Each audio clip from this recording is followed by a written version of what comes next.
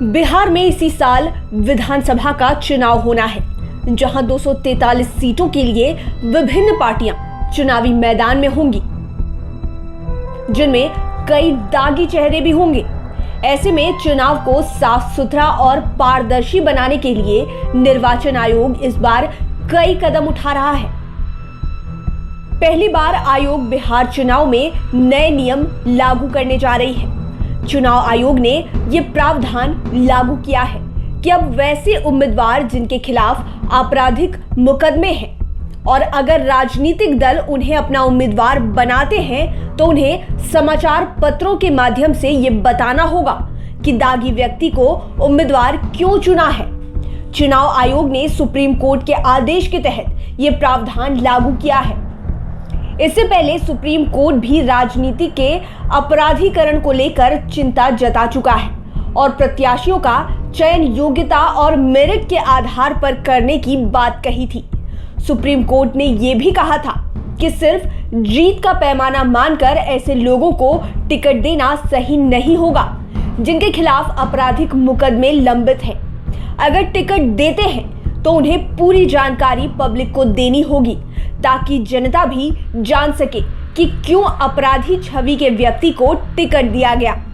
इसके बाद बिहार विधानसभा चुनाव में पहली बार ये व्यवस्था लागू होने जा रही है, जहां दागी उम्मीदवारों को चुनने पर राजनीतिक दलों को कारण बताना होगा।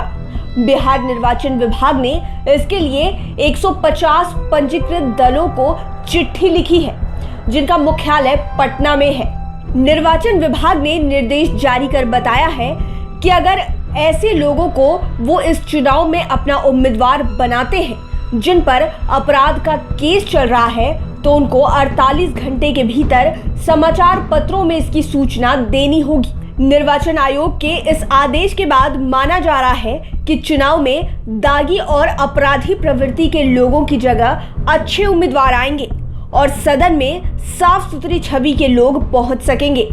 चुनाव को जीतने के लिए सभी पार्टियां अपराधी छवि के लोगों को टिकट देती है और वो माननीय बन जाते हैं, लेकिन पार्टियां ये नहीं देखती हैं कि ऐसे लोगों के कारण पार्टी की छवि खराब होती है। कई ऐसी घटनाएं सामने आ चुकी है जब अपराधी प्रवृत्ति के नेताओं पर गंभीर आरोप लगे, जिसके कारण पार्टियों को शर्मसार होना पड़ता है और बाद में पार्टियों को इन्हें निकालना भी पड़ता है। ऐसे में निर्वाचन आयोग के इस नियम का पार्टियों पर क्या असर पड़ता है, ये देखना लाजमी होगा। इन नियमों के बाद भी पार्टियां अपराधी छवि के नेताओं को टिकट देती है या नहीं। लाइव सिटीज की डेस्क रिपोर्ट।